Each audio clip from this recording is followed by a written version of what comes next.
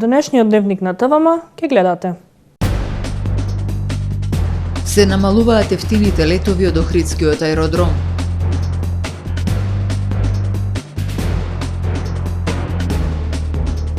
Жителите на Чекоштина и понатаму безуличен систем.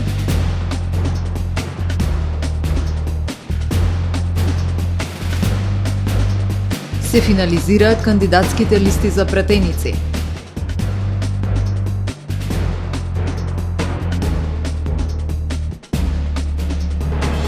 Утврден редоследот на гласачкото ливче за претседателските избори.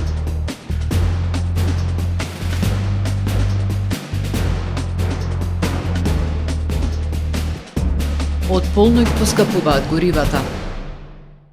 Со содржините во дневникот започнуваме по временската прогноза. Останете со нас.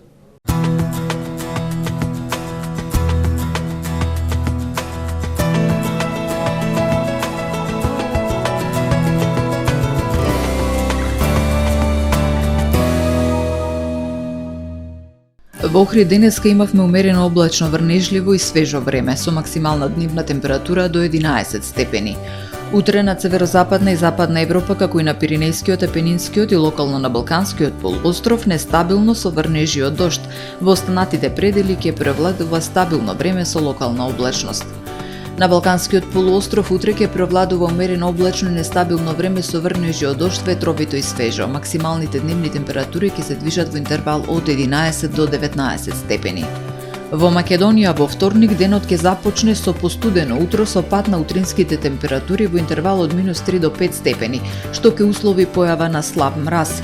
Во предпладневните часови ќе превладува умерено облачно време со сончеви периоди, а попладне и во вечерните часови зголемување на облачноста, нестабилно време со врнежи од дожд.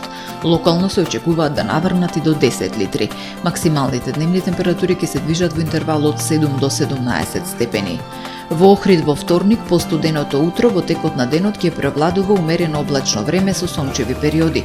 Во попладневните и во вечерните часови нестабилно со врнежи од дожд. Локално се очекуваат да наврнат и до 10 литри. Ќе дува умерен југоисточен ветар. Утринската температура од 2 степени, додека пак дневната ќе достигне до 11 степен. Во Охрид во среда ќе превладува умерено облачно време со сончеви периоди и потопло. Во попладневните часови се услови за локални врнежи од дожд. Минималната температура од 5 степени, додека пак дневната ќе достигне до 14 степен. Во четврток, во утринските и предпладневните часови нестабилно со врнежи од дожд, кои што попладне ќе престанат и ќе превладува стабилно време со сончеви периоди и дневна температура до 15 степени. Во петок во Охрид ќе превладува претежно сончево време со појава на локална облачност и потопло. Минималната температура од 5 степени, додека пак дневната ќе достигне до 18 степени.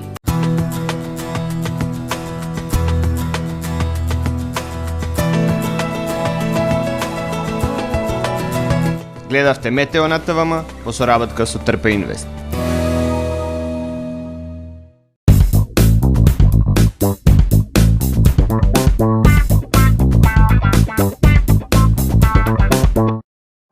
Тамаро е 25 години охридски водечки лидер и препознатлив бренд.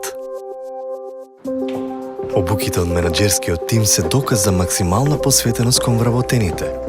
Тамаро Холдингот се грижи за организацијата и на време од пренесените информации кои отсликуваат тимската работа. Секој успех на вработениот е успех и на компанијата. Маркетите располагаат со производи со висок квалитет од секакви брендови по одлични цени. Вкусните печива од Анабела пекарата се веќе омилен појадок на многу потрошувачи во Охрид. Анабела кујната услужува голем број на потрошувачи и компании.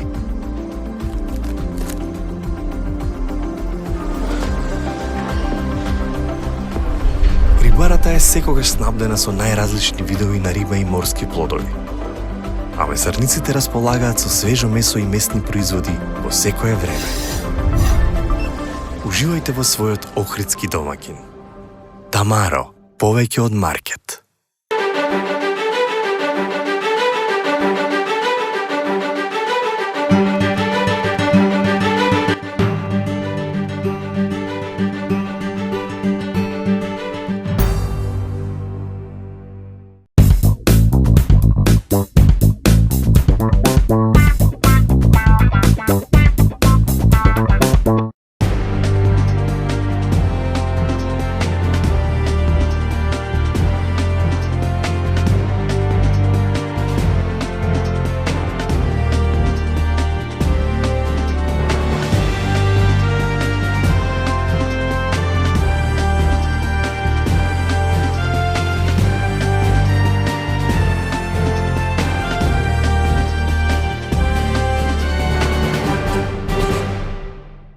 Добар ден. Прво издание на Дневникот на ТВМ. Се намалува бројот на ефтини летови на двата македонски аеродроми. Според првичните информации на Скопскиот аеродром ќе има намалување на планираниот обем за 25%, додека на Охридскиот дури 48%. Кои дестинации ќе бидат укинати со летниот распоред кој стапува на сила од 31 март, засега не се знае. Но намалувањето на авиоконекции ќе има негативни последици врз туризмот.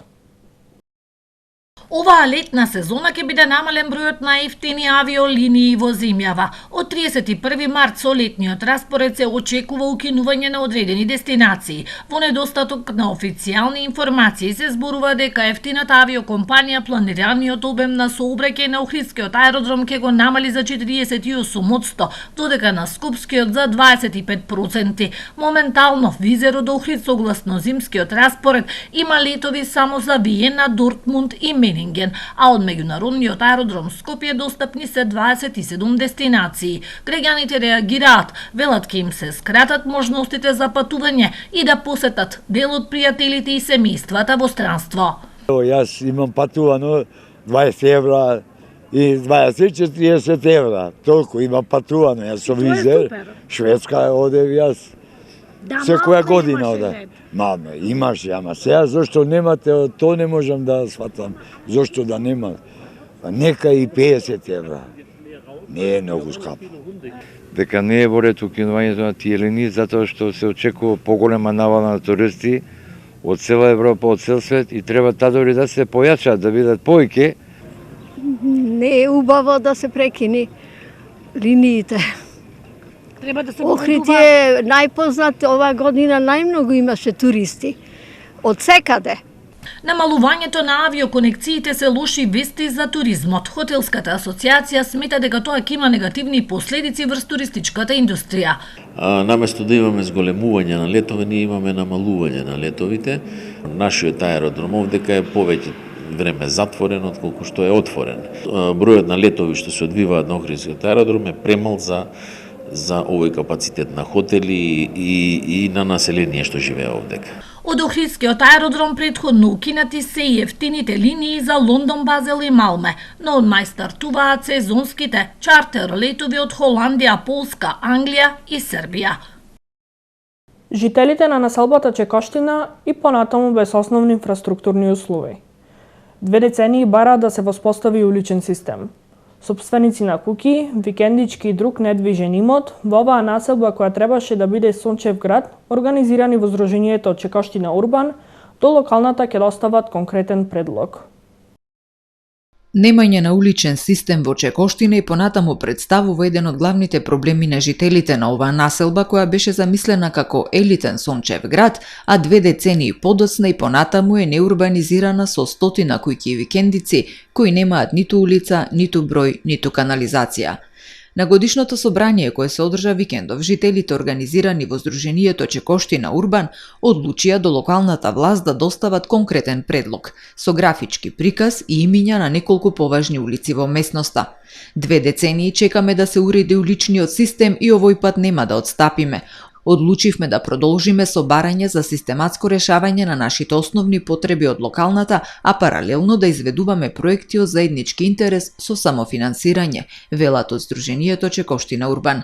Жителите на оваа населба со години поднесуваат петиции, барања и писма до општина Охрид за да добијат легални адреси и основни инфраструктурни услови, а во 2020 година одржа и протест револтирани откако што кажаа тогаш игнорантскиот однос на локалната власт.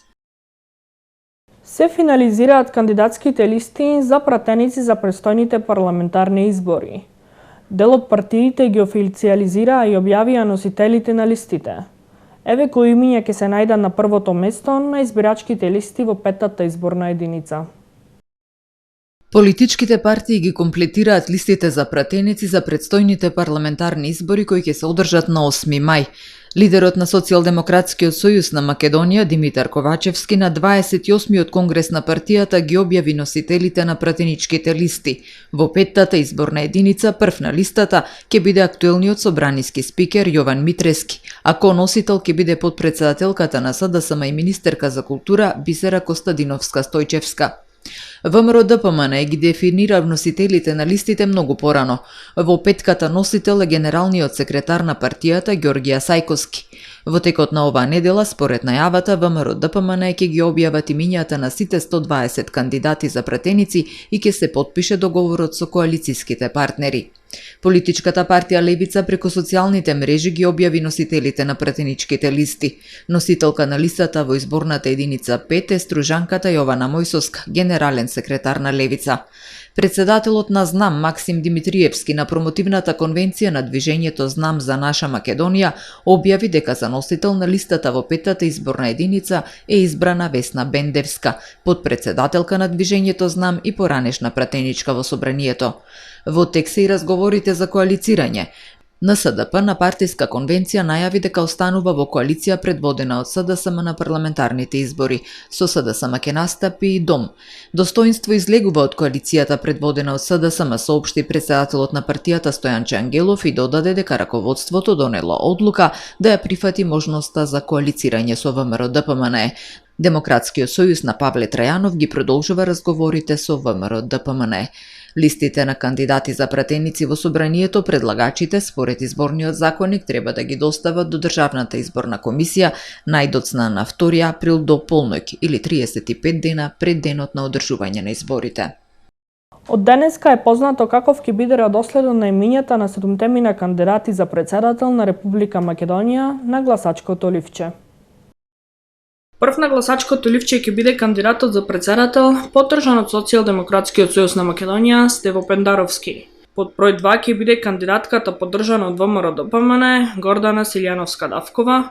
Трет на гласачкото ливче ќе биде лидерот на ГРОМ, Стефчо Јакимовски.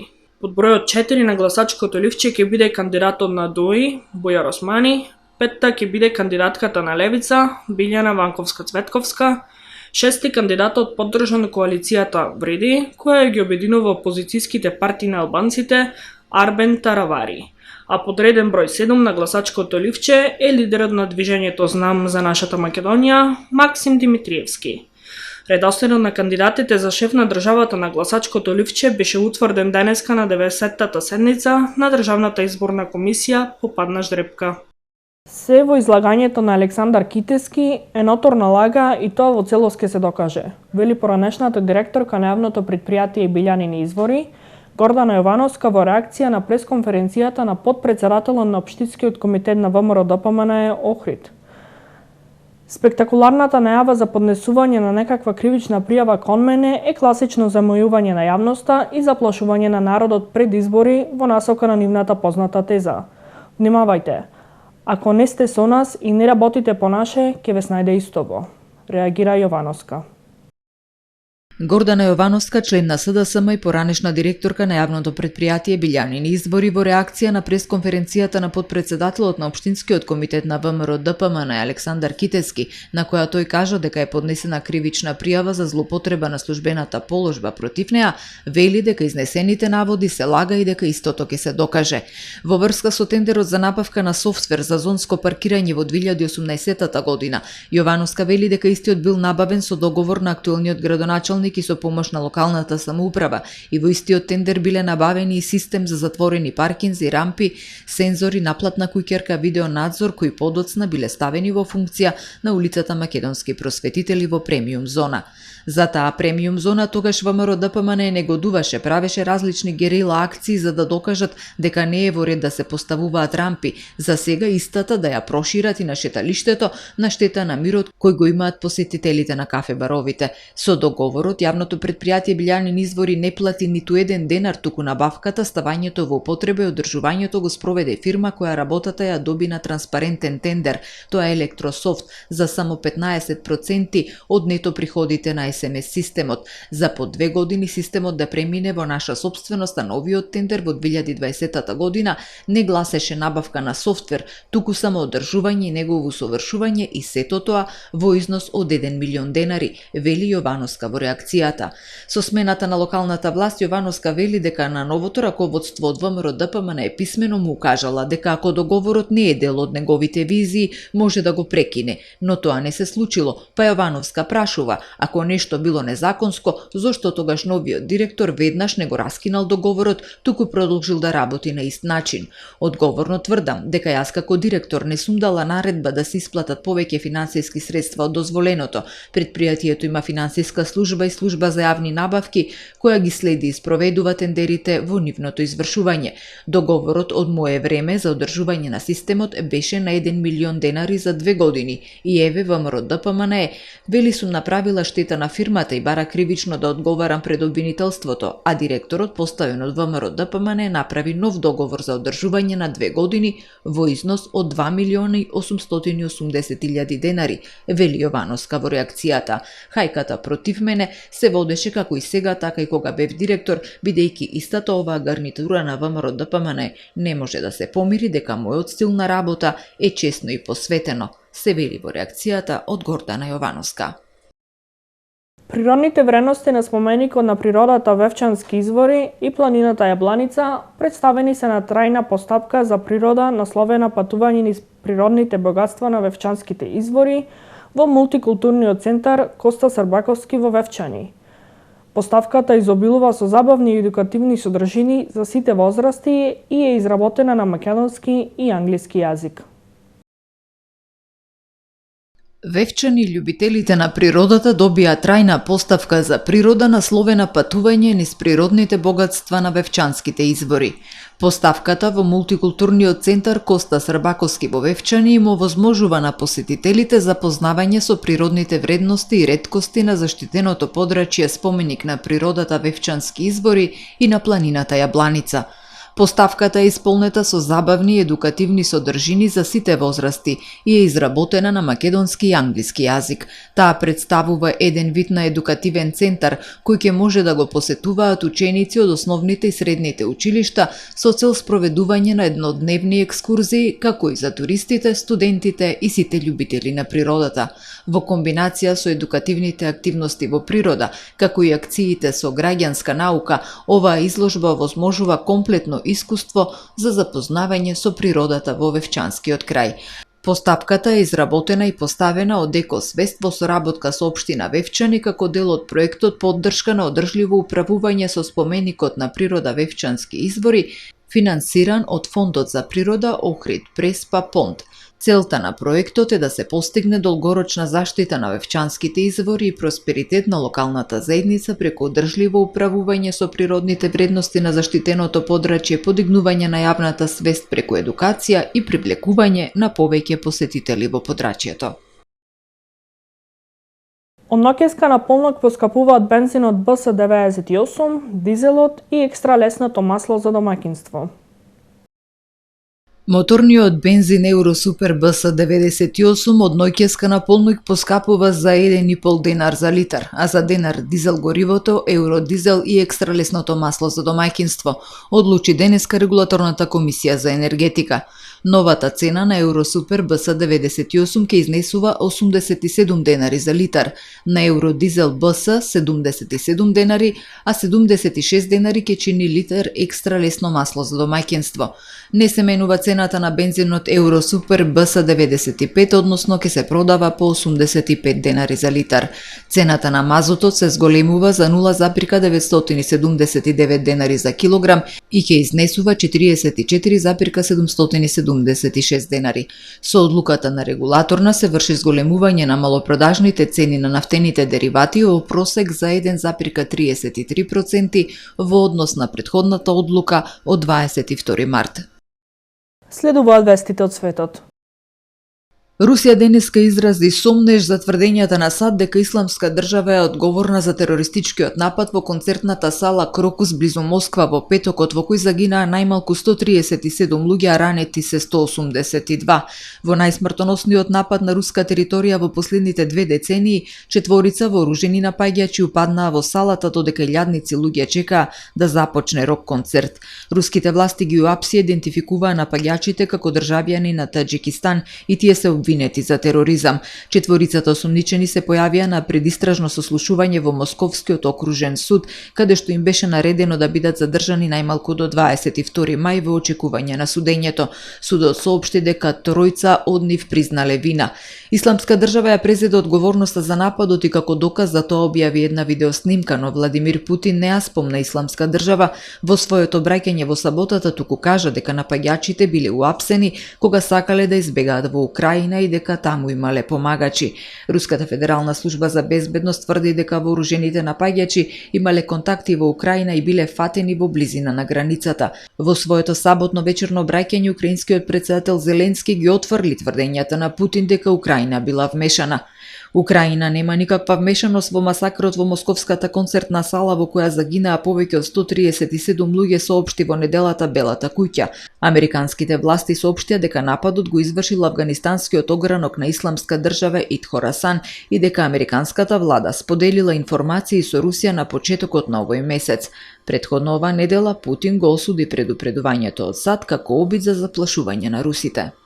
Израел денеска оцени дека планот на 4 европски земји да работат во насока на признавање на палестинска држава е награда за тероризмот, што ќе ги намали изгледите за договорено решение на израелско-палестинскиот конфликт.